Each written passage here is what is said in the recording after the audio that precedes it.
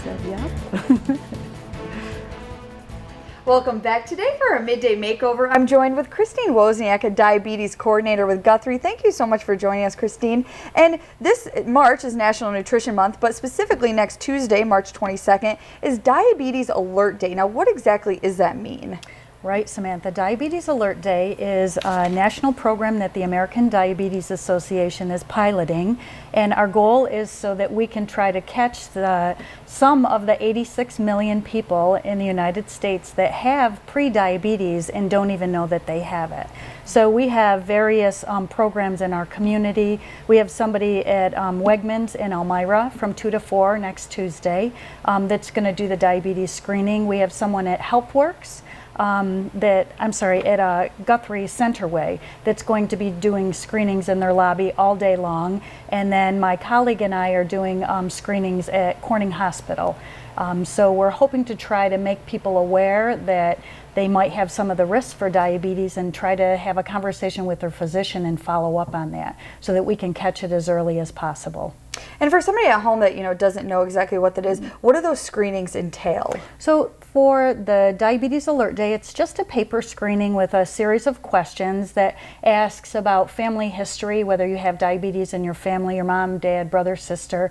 It would be a little bit higher risk for women. If you've had a baby over 9 pounds, or if you've had gestational diabetes, you're at risk of developing type 2 diabetes. If you have a lifestyle that is inactive, it puts you at a little bit higher risk of diabetes as well. Of course, as we age, can't stop the clock necessarily, but aging is a risk factor. So there's a series of things, and weight is also on there as well, to try to determine if you're a higher risk that you want to try to take the next step, which would be to do some blood work. So usually your physician would order some fasting blood work to determine if your risks or if your lab work is high enough to either diagnose you with prediabetes or with diabetes.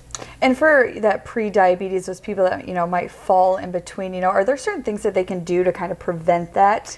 Well, that's the great news, is what we're trying to do is years ago we didn't have a diagnosis of prediabetes. Once you had diabetes, we know that you could have had 7 to 10 years of potential damage in your body from elevated blood glucose. And so that's why we're finding the sooner we can get it, the less damage that people will have, or eliminate any kind of damage. So what we're trying to focus on is knowing where your blood sugar levels are and then trying to work on lifestyle habits. There was a study that was done, the diabetes prevention program that was done years ago, and it actually proved that 60% of the people that worked on their diet and exercise prevented the onset of type 2 diabetes with 150 minutes of activity. Wow. And also focusing on National Nutrition Month, we're trying to have people focus on portion sizes and trying to make healthier choices, so that if you can lose 5 to 10%, and the study actually showed an average of 7% weight loss, that would reduce your risk of developing type 2 diabetes. Great. All right. Well, thank you so much, Christina. That's all the time we have. But we, as always, will put all of that information on our website, WENY.com, as well as our Facebook,